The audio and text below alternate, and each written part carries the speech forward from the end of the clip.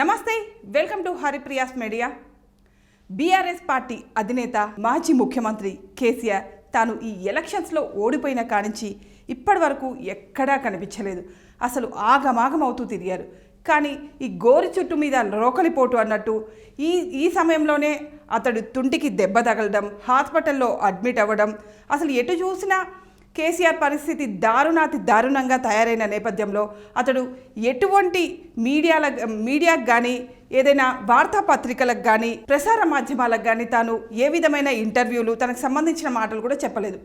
ఈ నేపథ్యంలోనే అతను కూతురు అరెస్ట్ అవ్వడం పైన కూడా అతను ఏమాత్రం స్పందించలేదు. కానీ ఢిల్లీ ముఖ్యమంత్రి అరవింద్ కేజ్రీవాల్ అరెస్ట్ అయిన విషయం పైన మాత్రం అతను స్పందించాడు. ఇక ఈ నేపథ్యంలో ప్రముఖ మీడియా సంస్థతోటి ఇంటర్వ్యూ ఇచ్చారు. ఆ సంస్థ ఇంటర్వ్యూలో తాను కాళేశ్వరం ప్రాజెక్ట్ని నేను మంచిగానే కట్టాను, కానీ ఒక చిన్న మిస్టేక్ జరిగింది. ఆ మిస్టేక్ని కావాలని కాంగ్రెస్ పార్టీ ఇంకా దాన్ని పెంచుకుంటూ పోతుంది. ప్రజల్లో కేసీఆర్కి ఉన్న మంచి పేరును చెడగొట్టాలి అని, ఇక ఎప్పటికీ కేసీఆర్ అధికారంలోకి రావద్దని కాంగ్రెస్ పార్టీ కావాలనే చిన్నదాన్ని పెద్దగా చేస్తూ, అక్కడ విహారయాత్రలు, పిక్నిక్లు చేస్తూ గోరంత దాన్ని కొండంత చేసి చూపిస్తుంది. ఇప్పటికి కూడా కాళేశ్వరం ప్రాజెక్ట్ అనేది వాడుకోవడానికి అనువుగానే ఉంది. మేము దానిపైన పోరాటం చేసాం. కాంగ్రెస్ పార్టీ కాళేశ్వరం ప్రాజెక్ట్ని వాడుకునేలా చేసాం. రేవంత్ రెడ్డి కావాలనే నా పైన కక్ష కట్టి బురద చల్లుతున్నాడు. మేము ఇప్పటిదాకా ఎన్నో అభివృద్ధి కార్యక్రమాలు చేశాం. ఇక వైఎస్ఆర్ హయాంలో ఇచ్చిన ఆరోగ్యశ్రీని కూడా ఇంకా కొన్ని అందులో కొత్త వ్యాధులన్నీ చేర్చి ఆరోగ్యశ్రీని కూడా ఉపయోగపడేలా చేశాం. కానీ నేను ఇచ్చిన పథకాలన్నింటినీ కూడా రేవంత్ రెడ్డి నీరుగారేలా చేస్తున్నాడు. 10 ఏళ్ళ మా పరిపాలన బాగుంది, ఏదో కొన్ని అంచనాల ప్రకారం మేము 10 రూపాయలు ఇస్తామంటే వీళ్ళు 20 రూపాయలు ఇస్తామని చెప్పి, మేము 30 రూపాయలు ఇస్తామంటే వీళ్ళు 40 రూపాయలు ఇస్తామని చెప్పి, అంటే గ్యాస్ ధర మేము 600కి ఇస్తామని చెప్తే వీళ్ళు 500కి ఇస్తామని చెప్పి, ఈ విధంగా మా మీద 1 రూపాయి ఎక్కువ చెప్పి, ఈ విధంగా వాళ్ళకి అధికారం వచ్చింది. కానీ ఏదో అడ్డిమారి గుడ్డిసూటిగా అధికారం వచ్చింది, కానీ కావాలనైతే అధికారం రాలేదు. ఇక ఇప్పటిదాకా 10 ఏళ్లలో ప్రజలు అన్నీ అనుభవించి సుఖంగా ఉన్నారు. కాబట్టి ఎవరు ఎక్కువ పథకాలు ఇస్తే వాళ్ళకు ఓటేద్దామన్న నేపథ్యంలో ఇటు కాంగ్రెస్ పార్టీకి ఓటేశారేమో, కానీ మా పైన కోపంతో కాదు. అది ఏదో 1/3 మాకు ఆల్రెడీ వచ్చినాయి కదా, 3 కోట్ల మంది జనాల్లో 1 కోటి కంటే ఎక్కువ మంది మమ్మల్ని ఎంచుకున్నారు. మిగతా కొంచెం మంది వాళ్ళని ఎంచుకోవడంతో ఇదేదో మేము అద్భుతాలు సాధించామని అనుకుంటున్నారు. అది అస్సలు కాదు, అది నిజం కాదు. వచ్చేసారి మేము గెలిచే అవకాశం ఉంది, లేదా ఇప్పుడు కూడా తారుమారయ్యే అవకాశం ఉందని చెప్పారు. ఇక ఈ నేపథ్యంలో కవిత ఈడీ కేసు గురించి కూడా అడిగినప్పుడు, ఈడీ కేసు అనేది అసలు ఒక డొల్ల కేసు, ఈడీకి కవితకి ఏ సంబంధం లేదు, కావాలనే నా బిడ్డని చిత్రహింసలకు గురి చేస్తున్నారు. ఇక అరవింద్ కేజ్రీవాల్ విషయానికి వస్తే, ఆయన ఢిల్లీ ముఖ్యమంత్రి, ఢిల్లీ ప్లేస్లో గెలవలేక వీళ్ళు అరవింద్ కేజ్రీవాల్ని తీసుకెళ్లి ఎలక్షన్ల నేపథ్యంలో జైల్లో పడేస్తే గెలిచే అవకాశం ఉంది. లోక్సభ ఎన్నికల నేపథ్యంలో కూడా అసలు మా పార్టీ అనేది లేకుండా చేయాలని చెప్పి కావాలని నా కూతుర్ని లోపల పడేస్తున్నారు. నా కూతురు ఫైనల్గా కడిగిన ముత్యంలాగా బయటికి వస్తుంది. ఇదేంటండి, ఒక ముఖ్యమంత్రికి బెయిల్ ఇవ్వరా, ఒక ఎమ్మెల్యేకి ఎమ్మెల్సీకి బెయిల్ ఇవ్వరా? అంత పెద్ద నేరమా వాళ్ళు చేసింది? ఇప్పటిదాకా వాళ్ళు కనుక నేరం చేసి ఉంటే ఏ ఆధారాలు, 1 రూపాయి అయినా చూపిలేదే ఇప్పటిదాకా? ఎందుకు చూపించలేదు? అసలు డబ్బులు ఎటుపోయినాయి ఏంది అన్న దానికి ఆధారాలు చూపించిరా? నా బిడ్డ ఏదో అసలు అది లిక్కర్ స్కామ్ కానే కాదు, అది లిక్కర్ పాలసీ, అది ఢిల్లీ లిక్కర్ పాలసీ. నా బిడ్డ అంతా కరెక్ట్గానే చేసింది. కానీ వీళ్ళే కావాలని అదేదో స్కామ్ అని చెప్పి వీళ్ళందరి మీద బురద తల్లి చూపిస్తారు. ఎందుకంటే అసలు ఇక కేసీఆర్ అనేవాడు, కేసీఆర్కి సంబంధించి ఇక్కడ తెలంగాణలో బీఆర్ఎస్ పార్టీ అనేది నామరూపాలు లేకుండా చేయాలనేది వీళ్ళ ఉద్దేశం. అందుకని మోదీ ఈ విధంగా చేస్తున్నాడని ఒక ప్రముఖ మీడియా సంస్థకి కేసీఆర్ ఇచ్చిన ఇంటర్వ్యూలో చెప్పారు. ఇక దీని గురించి బీఆర్ఎస్ పార్టీ నాయకుడైన చిట్టిబాబు గారిని అడిగి తెలుసుకుందాం. అంటే కేసీఆర్ గారి ఇంటర్వ్యూ ఉద్దేశం ఏంటి, ఏ ఉద్దేశంతో తాను మాట్లాడారు, ఇన్నాళ్ళ తర్వాత ఇప్పుడు మీడియా ముందుకు రావాల్సిన అవసరం ఏమొచ్చింది, అంటే తన గోడును వెళ్ళబోసుకోవడానికి వచ్చారా, తన బాధ ఏందో ప్రజలకు చెప్పుకోవడానికి వచ్చారా, లేదా తనకు అన్యాయం జరుగుతుందని చెప్పుకోవడానికి వచ్చారా అనే విషయం గురించి, అంటే ఆ పార్టీ నాయకులకు ఆ పార్టీలో ఏం జరుగుతుందో తెలుస్తుంది. కాబట్టి ఆ పార్టీ నాయకుడైన చిట్టిబాబు గారిని అడిగి తెలుసుకుందాం.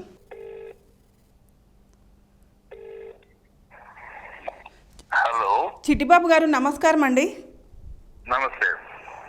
నిన్న కేసీఆర్ గారు ఒక ప్రముఖ మీడియా సంస్థకి ఇంటర్వ్యూ ఇచ్చారు కదండి, అవునమ్మా. మీరు చూసారండి? అది చూశాను, 4 గంటలు. అంటే అవునండి. అయితే అసలు ఏ ఉద్దేశంతో అండి ఇన్నాళ్ళ తర్వాత మీడియా ముందుకు ఎందుకు రావాల్సి వచ్చింది? అంటే తన బాధని జనానికి చెప్పుకోవడానికా? కాదమ్మా, ఎన్నికలు వస్తున్నాయి. ఎన్నికలు వస్తున్నాయి కనుక ప్రజలకి తన యొక్క విషయం, ప్రజలకు తన ఇవ్వాల్సిన సందేశం కోసం వచ్చారు. నార్మల్. ఓకే. ఎన్నికలు అన్నప్పుడు మరి పార్టీ అధ్యక్షుడు అయినా 10 ఏళ్ళు ముఖ్యమంత్రి చేస్తే అయినా ప్రజలు ఎదురు చూస్తూ ఉంటారు. ఆయన ఏమంటున్నారు, ఆయన అనబోతున్నారు, ఏం చెప్పబోతున్నారు అని ఆతృతగా నేను హైయెస్ట్ వ్యూవర్షిప్ కదా దానికి కూడా. అవునవును సార్, హైయెస్ట్ వ్యూవర్షిప్ అని వస్తే సరిపోతుందా? ప్రజల మధ్యలో తిరగాలి కదా నాయకుడు అనేవాడు. ఏదో ఒక ఛానల్లో కూర్చుంటే సరిపోదు కదా. కాదమ్మా, ఆ రోజులకి ఈ రోజులకి చాలా తేడా ఉంది. ఇప్పుడు బస్ యాత్ర వెళ్తున్నాడు ఆయన ప్రజల మధ్య చేరడానికి. మీడియా అనేది ఇవాళ గత రోజుల్లో కాదు, ఎన్టీఆర్ గారి రోజుల్లో మీడియా లేదు. ఇవాళ మీడియా ఉంది. మీడియా ఒక సాధనం కూడా, ప్రజల మధ్యకి వెళ్ళడానికి ఒక సాధనం. అది వన్ ఆఫ్ ది కనుక దాన్ని ఉపయోగించుకుంటారు అంతే కదా. అది ప్రజల మధ్యకి బస్ యాత్ర వెళ్తున్నారు కదా, ప్రజల మధ్యకి వెళ్తున్నారు, మీడియాను ఉపయోగించుకుంటారు అంతే కదా.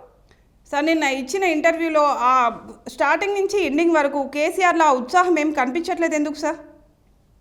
ఉత్సాహం కనిపించట్లేదని మీకు అనిపిస్తే దానికి నేనేం చెప్పలేదు. కానీ చాలా క్లారిటీగా, చాలా క్లియర్ గా ఓటర్స్ అందరికీ కనువిప్పు కలిగేలా అనేక విషయాల మీద క్లారిటీగా స్పందిస్తూ, అది మేడిగడ్డ అవ్వచ్చు, అది ఫైనాన్షియల్ మ్యాటర్ అవ్వచ్చు, అది ప్రతి విషయం మీద క్లారిటీగా వివరణతోటి, ఏ అప్పుల విషయం అవ్వచ్చు, అన్ని వివరాలు ఇచ్చారు ఆయన. సమాధానం ఈ వాగుతున్న డబ్బా సొల్లు వాగులు అవుతున్నాయి కాంగ్రెస్ వాళ్ళు, దానికి ఒక్కటి కూడా సమాధానం చెప్పలేరు. వాళ్ళు అబద్ధాలను ప్రమోట్ చేయటం, అబద్ధాలను ప్రజల ముందుకు తీసుకెళ్ళటం, ఆధారాలు లేని విషయాలు చెప్పడం, దానికి ఆయన అన్ని ఆధారాలతో సహా ప్రాజెక్టు విషయం ఆధారాలతో సహా బయటపెట్టి వివరణతోటి ఏది ఎందుకు చేశామో, దాంట్లో ఏమిటి అన్ని వివరంగా చెప్పారు. ఒక్కదాన్ని సమాధానం చెప్పలేని పరిస్థితిలో కాంగ్రెస్ యొక్క దౌర్భాగ్యపు అబద్ధపు ఇట్లకి ఆయన సమాధానం గట్టిగా చెప్పారు, బ్రహ్మాండంగా చెప్పాడు. ఆయన ఐ ఓపెనర్. ఓటర్స్ అందరికీ కూడా రైతులు కళ్ళు తెలుసుకున్నారు. ఇవాళ కళ్ళు తెరవబడ్డాయి. ఎంత మోసపోయారు వాళ్ళు. ఇవాళ ప్రజలు దీని తర్వాత ప్రజల్లో ఆల్రెడీ ఒక సింహాన్ని వదులుకుని చిట్టెలుకల్ని మనం అవకాశం ఇచ్చాం, చిట్టెలుకలకి అవకాశం ఇచ్చాం, చాలా తప్పు చేశాం అని ప్రజలు ఆల్రెడీ అఫీలియో. దానికి ఇంకా బలం చేకూరింది నేను ఆయన ఇంటర్వ్యూ. ప్రజలందరికీ, ఓటర్లందరికీ ఎంత తప్పు చేశాం, మనం వీళ్ళ అబద్ధాలు నమ్మేసి, వీళ్ళ అవతల ఆరబోతాలు నమ్మేసి వీళ్ళు మోసపోయాం, మనము ఏదో అనుకుని మోసపోయాం. ఒక సింహాన్ని పక్కన పెట్టి ఇంత విజ్ఞానవంతుడు, రాష్ట్రం గురించి ప్రతి విషయం కూడా, ప్రతి సమస్యల గురించి కూడా ఇంత కాంక్రీట్ అవగాహన కలిగిన విజ్ఞానవంతుడు, విషయ పరిజ్ఞానం ఉన్నవాడు, ఇంతటి సింహం లాంటి ఈ నాయకుని వదిలిపెట్టుకుని చిట్టెలుకలకు అవకాశం ఇచ్చారని మనం ఎంత గొప్ప చేశామని వాళ్ళు ప్రజలు రియలైజ్ అవుతున్నారు. ఆ రియలైజేషన్ ఆల్రెడీ ప్రజల్లో ఉంది. అది ఇంకా గట్టి పడుతుంది ప్రజల బట్టి. సార్, అయితే ఇప్పుడు కాళేశ్వరం ప్రాజెక్టు విషయంలో కేసీఆర్ గారు మాట్లాడిన మాటలు విన్నారు కదా సార్ మీరు? విన్నాను. అంటే ఇప్పుడు మీరు ఈ కాంగ్రెస్ పార్టీ అనేది మళ్ళీ కాళేశ్వరం ప్రాజెక్టును ఉపయోగించుకోకుండా ఇట్లనే మాట్లాడితే మీరు నిజంగానే ధర్నాలకు దిగుతారా సార్? ఉపయోగించుకునేలాగా చేస్తారా? ఖచ్చితంగా. ఉద్యమాల పార్టీ అమ్మా బీఆర్ఎస్ అనేది. మామూలు కాంగ్రెస్ లాగా అధిష్టానం కాళ్ళు మొక్కి, అధిష్టానానికి కాళ్ళు పిసికి, బాధ్యత కాలు ముక్తా ద్వారా అంటూ వచ్చిన మనకు పదవులు అలంకరించే పార్టీ కాదమ్మా ఇది ఉద్యమాలతో వచ్చిన పార్టీ. ఇవాళ ప్రజలు, ఆయన క్లియర్ గా చెప్పారు, ప్రజలు మాకు ప్రతిపక్ష పార్టీ హోదా ఇచ్చారు. ప్రతిపక్ష బాధ్యత ఏంటి? ప్రజల తరఫున 1 కోటి మంది పైన ఎక్కువ మమ్మల్ని యాక్సెప్ట్ చేశారు ఉన్న 3 కోట్లలో అట్లా చెప్పారు. అవును, అంటే 1 కోటి మంది ఇది అంటున్నాడు రేవంత్ రెడ్డి. సీఎం అనే స్థాయిని కూడా మర్చిపోయి ప్యాంట్ రోడ్ తీస్తామని అసెంబ్లీలో, ప్యాంట్ రోడ్ తీస్తాం, పచ్చి రోడ్ తీస్తామని పిచ్చివాగులు అవుతున్నాడు కదా. ఆ వాగులకి సమాధానం అది. ప్యాంట్ రోడ్ తీయటం అంటే మొత్తం అసలు 100 సీట్లు మీకు వచ్చుంటే మారారు.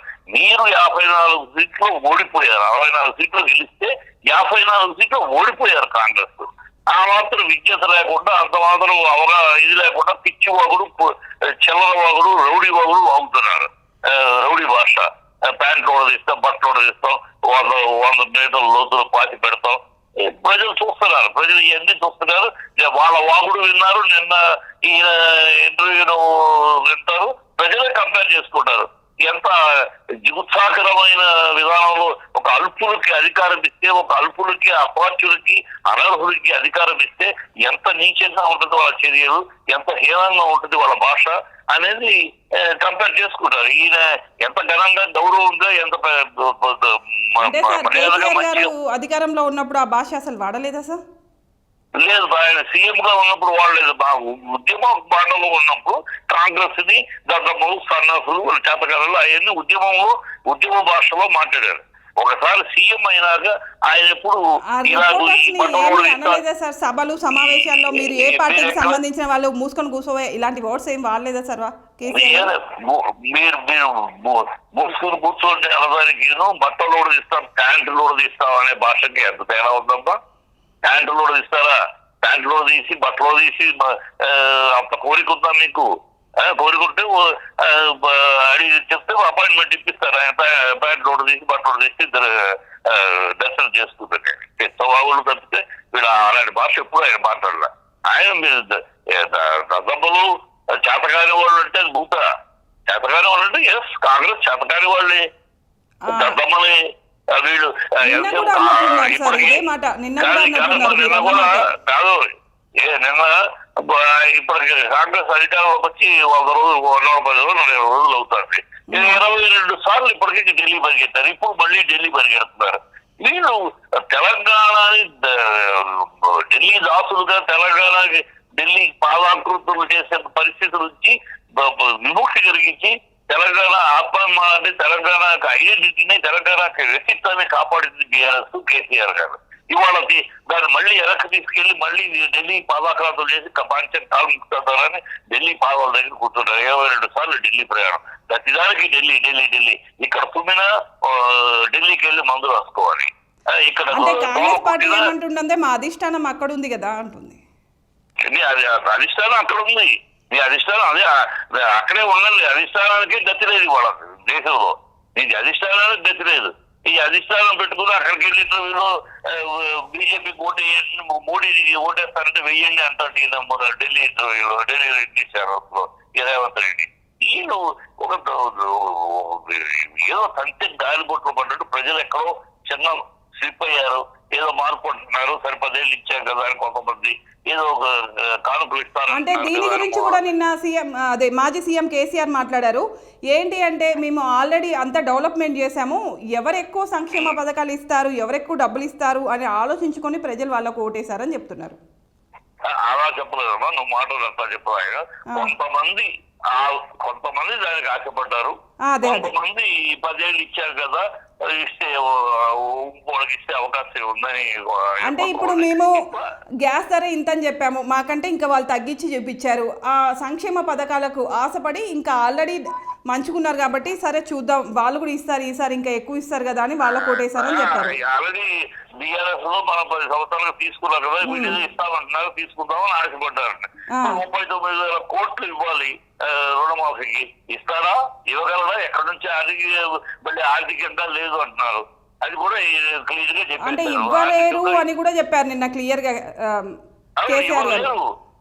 ఎక్కడి నుంచి ఇస్తారు 39,000 కోట్లు? నోటికి 4 కనుక ఇష్టమైన వాగ్దానాలు చేస్తే అది జరుగుద్దా, సాగుద్దా, కుదురుద్దా? కుదరదు. ఆర్థిక విధానం ఏమిటి అసలు? ఆర్థికంగా మీ విధానం ఏంటి? ఏదో ఎన్నికలకు ముందే బట్టి విక్రమాలకు మాట్లాడాడు, అన్ని శ్వేతపత్రాలు చూశాడు, బడ్జెట్ ఏంటి, ఖజానా పరిస్థితి ఏంటి అన్ని తెలిసి మాకు తెలుసు, మాకు సామర్థ్యం ఉంది, మేము ప్రణాళికలు వేస్తాము, అన్ని చేస్తామన్నారు. ఇప్పుడు మరి ఆ ప్రణాళికలు ఏమైనా చేస్తామో డబ్బులు అని ఎందుకు మాట్లాడతారు? ఇక కవిత విషయంలో కూడా సార్ ఈడీ కేసు అనేది అప్పులు మాట్లాడుతున్నారు. నేను చెప్పాను ఆయన క్లియర్ గా. అప్పులు అనేది చెయ్యని రాష్ట్రం నేను కూడా గతంలో అప్పులు చెయ్యని రాష్ట్రము, అప్పులు చెయ్యని దేశము ఉండదు.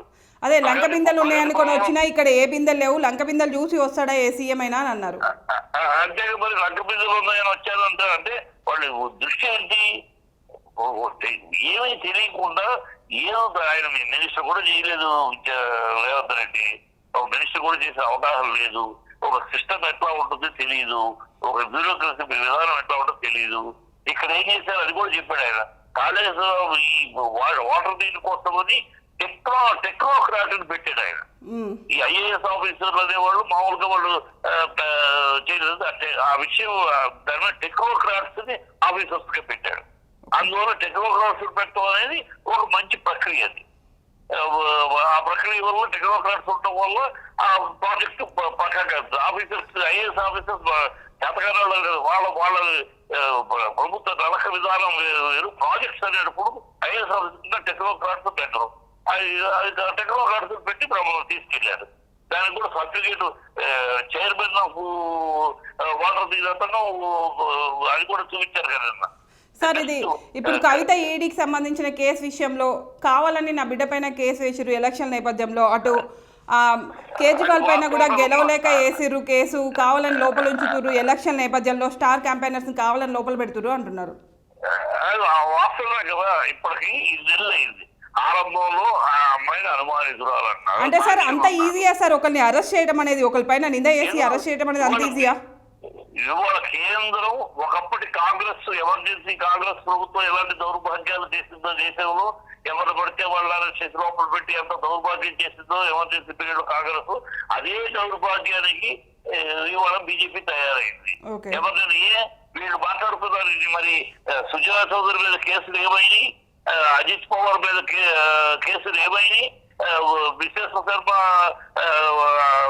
కేసులు ఏమైనాయి, సదానంద గౌడ కొడుకు మీద కేసు ఏమైంది కర్ణాటకలో, కర్ణాటక ఎమ్మెల్యే ఒకడు కొడుకు 7 కోట్లతో దొరికిన ఆ కేసులు ఏమైనాయి, అవన్నీ ముందుకు సాగవే, అవన్నీ ఎక్కడికి వెళ్ళవే.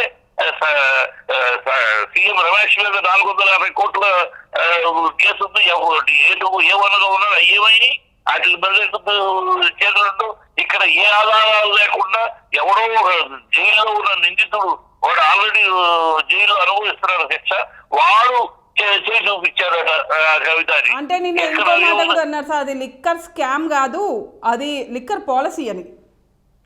లిక్కర్ పాలసీ కాదు, లిక్కర్ స్కామ్ మోడీ స్కీమ్ అన్నాడు ఆయన. అంటే అసలు అది స్కామే కాదని చెప్పారు సార్. అవును, స్కామే కాదు అమ్మాయి. స్కామ్ ఎట్లా వీళ్ళు క్రియేట్ చేశారు స్కామ్ కింద. అంటే ఇప్పుడు కవిత గారు అందులో పెట్టిన పెట్టుబడి లీగల్ గానే పెట్టారని చెప్తున్నారా? అసలు పెట్టుబడి అమ్మాయి పెట్టడమే అబద్ధం అవుతుంది. అసలు ఆమె ప్రమేయమే లేదు. ప్రమేయమే లేదు. కథ మొత్తం తయారు చేసిన ఒక కథ. గవర్నర్ అడ్డు పెట్టుకుని డ్రామా క్రియేట్ చేశారు. కథ అల్లడం అనేది రాజుకు తలుచుకుంటే కొరవ కొరవాలి అధికారంలో ఉన్నారు, సాగుతుంది ఆనాడు ఇద్దరు చేసేది జైల్లో. మరి అందరూ జైల్లో పెట్టబట్టే కదా ఆవిడ మూల కూర్చుంది. ఆ రోజు అధికారం ఆవిడ చేతిలో ఉంది, ఆడుకుంది. ప్రజల తర్వాత ఆవిడని ఆడుకున్నారు. ఇవాళ బీజేపీ కూడా అదే, ఇవాళ బీజేపీ కూడా టోటల్ వాళ్ళ తప్పితే మరొకళ్ళు ఎవరు ఉండకూడదు. పర్టికులర్ రీజనల్ పార్టీలు ఉండకూడదు. ఒక అమ్మాయిని అనవసరంగా అరెస్ట్ చేశారు, కానీ అన్ని చేతులు అమ్మాయి వైపే ఎందుకు చూపిస్తున్నాయి సార్? అన్ని చేతులు ఏం చూపించట్లేదమ్మా. అన్ని చేతులు ఎక్కడ చూపిస్తున్నాయి? ఓన్లీ నిందితులు చూపిస్తున్నారు. ఆల్రెడీ జైల్లో ఉన్నవాడు చూపిస్తున్నాడు. జైల్లో ఉన్న సుకేష్, జైల్లో ఉన్న జైలు నుంచి బెయిల్ మీద బయటకు వచ్చిన పిల్లయి, వీళ్ళు ఆల్రెడీ నిందితులు. వీళ్ళు మాకు సంబంధం లేదు, ఆయన చేయమంటే చేశారు. చూపిస్తున్నారు సార్. ఎంతో మంది లేడీస్ ఉన్నారు, ఎంతో మంది గొప్ప గొప్ప పదవులలో ఉన్న వాళ్ళు, కానీ ఒక ఎమ్మెల్సీ మాజీ సీఎం కూతురు బదనాం చేయాలి. ఎందుకంటే కేసీఆర్ ను బదనాం. కేసీఆర్ ఎప్పుడైతే బిఆర్ఎస్ గా మార్చి నేషనల్ పాలిటిక్స్ లో వస్తానన్నాడో వాళ్ళకి ఆయన మీద ఎందుకంటే వాళ్ళకి దేశంలో సౌత్ నుంచి ఏ నాయకుడు దేశ నాయకుడు కాకూడదు. ఆనాటి నుంచి ఉన్న దౌర్భాగ్య లక్షణం ఈ కేంద్ర ఈ సెంట్రల్ పార్టీలకి. వాళ్లే శిష్టాధికారులుగా ఉండాలి. ఆ పివి నరసింహరావు అవ్వచ్చు, ఎన్టీఆర్ అవ్వచ్చు, అన్నాదురై గారు అవ్వచ్చు, తమిళనాడు కరుణానిధి గారు, మూపరావు గారు అవ్వచ్చు, ఎవరైనా సౌత్ ఇండియా నుంచి ఒక నేషనల్ లెవెల్ ఎదిగితే కన్ను కుడుతుంది. వాళ్ళు అంగీకరిస్తున్నారు నార్త్ ఇండియన్స్. ఆ భావజాలం కాంగ్రెస్ లో ఉండేది, అది ఇప్పుడు బీజేపీకి అందించుకుంది బాగా. కనుక ఇది ఎప్పుడైతే బీఆర్ఎస్ గా మార్చి నేషనల్ లెవెల్లో అన్నాడో ఇక అక్కడ నుంచి స్టార్ట్ అయింది. ఈయన బదనాలు చేయాలి, ఈయన అలా చేయాలి, ఇది ఇరకాటంలో పెట్టాలి, ఇది వాళ్ళ స్కీము. దాంట్లో మరి కూతురు కనుక పెడితే ఇంకా బాగా ఇబ్బంది అవుద్ది, అది లెక్క. ఓకే సార్, ఇప్పుడు ఈ ఎన్నికల నేపథ్యంలో ఎన్ని సీట్లు వచ్చే అవకాశం ఉంది సార్ ఇక్కడ బీఆర్ఎస్కి? అంటే జాతీయ పార్టీ అని చెప్పినా జాతీయ మొత్తం ఎక్కడా పోటీ చేయట్లేదు, ఇక్కడి నుంచి మాత్రమే చేస్తుంది. ఎన్ని వస్తాయి అనుకుంటున్నా సార్? బీజేపీ ఒక్కటే డబుల్ డిజిట్ తెచ్చుకుంటుంది, మిగతా రెండు పార్టీలు సింగిల్ డిజిటే. బీఆర్ఎస్ ఒకటే డబుల్ డిజిట్ వస్తుంది, మిగతా బీజేపీ కానీ కాంగ్రెస్ కానీ సింగిల్ డిజిటే. ఈ డబుల్ డిజిట్ వచ్చే పార్టీ ఏదైనా ఉందంటే ఎన్నికల్లో ఈ తెలంగాణలో డబుల్ డిజిట్ ఓన్లీ బీఆర్ఎస్ కి. ఎందుకంటే ప్రజలు అది ఊటే వాళ్ళు అంటున్నారు 14 అంటున్నారు కదా, మీరు 12 అంటున్నారా అనొద్దు. నేను ఒక విశ్లేషణతో చెప్తున్నా. అంటే ప్రజల్లో అవేర్నెస్ వచ్చిందని అనుకుంటున్నారు అని అంటున్నారు. ప్రజల అవేర్నెస్ ఒక రకంగా అవేర్నెస్ కాకుండా అనవసరం నిందలు ఇది బదనాలు చేయడానికి చేస్తారనేది కాకుండా మరొక విషయం కూడా వాళ్ళు అర్థం చేసుకున్నారు. బీఆర్ఎస్ ఒక్కటైతేనే తెలంగాణ దళం ఢిల్లీలో ఘనంగా వినపడాలి అంటే ఓన్లీ బీఆర్ఎస్. ఈ తెలంగాణను వ్యతిరేకించిన కాంగ్రెస్ పార్టీ తెలంగాణ నేను బతికుండగా తెలంగాణ రానివ్వను రాజశేఖర రెడ్డి కాంగ్రెస్ తెలంగాణ ఇచ్చింది కదా సార్ కాంగ్రెస్ పార్టీ. తెలంగాణ ఇచ్చి సిగ్గుండాలి మాట వాళ్ళు మాట్లాడటానికి. తెలంగాణ నేను బతికుండగా తెలంగాణ రానివ్వనని మాట్లాడింది అడ్డుపడింది రాజశేఖర రెడ్డి కాంగ్రెస్ ముఖ్యమంత్రి. తెలంగాణ వాళ్ళని నిండు శాసనసభలో దిక్కునతో చెప్పుకుంది మీకు ఇచ్చేదేమీ లేదు అని చెప్పి అవమానించింది కిరణ్ కుమార్ రెడ్డి కాంగ్రెస్ ముఖ్యమంత్రి. వీళ్ళు ఇచ్చామంటే సిగ్గు సెర ఉండాలి మాట్లాడటానికి, దానికే తాటి పట్టాలి. వీళ్ళు ఇచ్చారా? 10 ఏళ్ళు పోరాడితే సభలు వంచితే 32 ఎంపీలు తీసుకెళ్లి నిలబెడితే కేసీఆర్ గారు పార్లమెంట్ లో తల వంచి మెడలు వంచితే ఇచ్చారు. వీళ్ళు ఇచ్చారా? సిగ్గుండాలా మాట్లాడటానికి. బీజేపీ ఇచ్చిందా? బీజేపీ 1 ఓటు 2 సీట్లు మాట్లాడి కాకినాడ సభలో ప్రజలు మోసరించి తర్వాత అధికారంలోకి వచ్చినాక, అప్పుడు అధికారం రాలేదంటున్నారు, తర్వాత అధికారంలోకి వచ్చినాక అద్వానీ గారు హోమ్ మినిస్టర్ గా ఉన్నప్పుడు అప్పుడు ఈ పాయింట్ తీసుకెళ్తే చంద్రబాబు అంగీకరించట్లేదు. చంద్రబాబు కాదంటే మన గవర్నమెంట్ పడిపోతుంది, తెలంగాణ ఇష్యూ పక్కన పెట్టారు. వీళ్ళ బీజేపీ కోసం తెలంగాణ కోసం నిలబడిన పార్టీలు ఎక్కువ సెర ఉండాలి మాట్లాడటానికి. తెలంగాణ కోసం నాటి నుంచి నేటి దాకా 14 ఏళ్లుగా నిరంతర పోరాటం చేసింది, అన్నిటి త్యాగాలకు సిద్ధమైంది, ప్రాణాలకు సైతం సిద్ధపడి త్యాగం చేయడానికి సిద్ధపడింది. ఓన్లీ బీఆర్ఎస్ ఒకటే. బీఆర్ఎస్ కేటీఆర్ ఒక్కరే. అదే తెలంగాణ ధ్యాస యాస భాష ఘోష సంస్కృతి సాంప్రదాయం తెలంగాణ అదే పదాన్ని అవకోసం బట్టి దానికోసం నిరంతరం నిలబడింది ఓన్లీ కేసీఆర్ అండ్ బీఆర్ఎస్ ఒకటే. తెలంగాణ అనేది కేసీఆర్ అనేది తెలంగాణ ముఖ చిత్రం. తెలంగాణ మేము ఇచ్చామని చెప్పడానికి నోరెట్లా వస్తుంది, నోరెట్ కాచిపడ్డా కాంగ్రెస్ అలా మాట మాట్లాడతారు. Okay sir, thank you very much sir. So ఇది నిన్న ఒక ప్రముఖ మీడియా ఛానల్కి కేసీఆర్ ఇచ్చిన మాటలపైన, కేసీఆర్ ఇచ్చిన ఇంటర్వ్యూ పైన బీఆర్ఎస్ నాయకులు చిట్టిబాబు గారు చెప్పిన ఫోన్ ఇన్. అయితే కేసీఆర్ గారు ఈసారి లోక్సభ ఎలక్షన్లో బీఆర్ఎస్ పార్టీ అనేది డబుల్ డిజిట్ వస్తుందని, మిగతా 2 పార్టీలు బీజేపీ కాంగ్రెస్ పార్టీకి సింగిల్ డిజిట్ మాత్రమే వస్తుందని, ఇక తెలంగాణను కూడా కేసీఆర్ మెడల్ వంచి తీసుకొచ్చిండని, ఈసారి ఖచ్చితంగా లోక్సభ ఎన్నికల నేపథ్యంలో బీఆర్ఎస్ ముందడుగులో ఉంటుందని చిట్టిబాబు గారు చెప్పారు. నమస్తే.